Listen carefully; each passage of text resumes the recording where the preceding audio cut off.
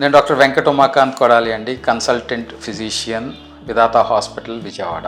జనరల్గా మనం ఏ జబ్బులు వచ్చినా డాక్టర్ దగ్గరికి వెళ్ళిన తర్వాత కొన్ని ఇన్వెస్టిగేషన్స్ చేయించుకుని లేదా వయసు రీత్యా కొన్ని ఇన్వెస్టిగేషన్ చేయించుకున్నప్పుడు వైటమిన్స్ లోపం లేకపోతే కొన్ని ప్రాబ్లమ్స్కి వైటమిన్ లోపమే కారణం అయ్యే అవకాశం ఎక్కువ ఉంటుంది.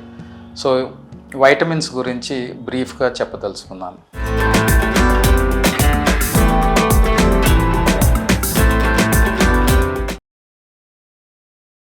జనరల్గా వైటమిన్స్ రెండు రకాలు ఉంటాయి. Fat soluble vitamins, water soluble vitamin. ADEK fat soluble vitamins, B12 or B complex water soluble vitamins. So first మనం రెగ్యులర్గా చూసేది వైటమిన్ డి. వైటమిన్ డి అనేది బాడీలో చాలా ఉపయోగకరమైన వైటమిన్. అది బాడీలో ఉన్న మెగ్నీషియం, కాల్షియం, ఫాస్ఫేట్స్ అబ్జార్ప్షన్ పేగుల్లో అవసరమైనంత చేసి బోన్స్కి కాల్షియం, ఫాస్ఫరస్ని అందించే ప్రక్రియలో బోన్ స్ట్రెంగ్త్ని పెంచే అవకాశం చాలా ఎక్కువ ఉంటుంది. రెండవది, ఈ వైటమిన్ మూలాన ఇమ్యూనిటీ అండ్ మిగతా జబ్బులు వచ్చే అవకాశం తక్కువ ఉంటుంది, ఇమ్యూనిటీ పెరిగే అవకాశం ఎక్కువ ఉంటుంది.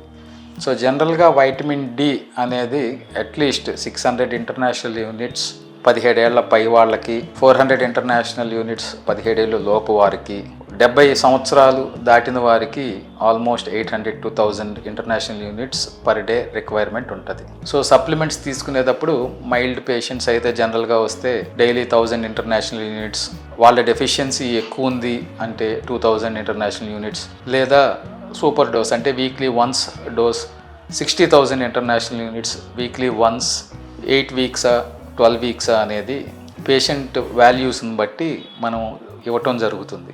కొత్త ఇంటర్నేషనల్ గైడ్లైన్స్ బట్టి ఫీమేల్స్ అయితే minimum yearly 12 weeks vitamin D supplements, adult males అయితే కనుక 8 వీక్స్ మినిమం రెగ్యులర్ డోసేజ్లో తీసుకోవాల్సిన అవసరం ఉంది.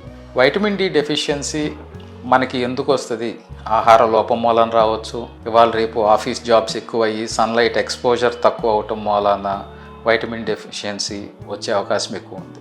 వైటమిన్ డి రెగ్యులర్గా మనం తీసుకునే ఆహారంలో మీట్ ప్రోడక్ట్స్లో వైటమిన్ డి ఎన్రిచ్డ్ ఫుడ్స్ అనే అంటాం. సో ఓట్స్ లాంటివి, vitamin D enriched milk and milk products తీసుకుంటే వైటమిన్ డి పెరిగే అవకాశం ఎక్కువ ఉంటుంది.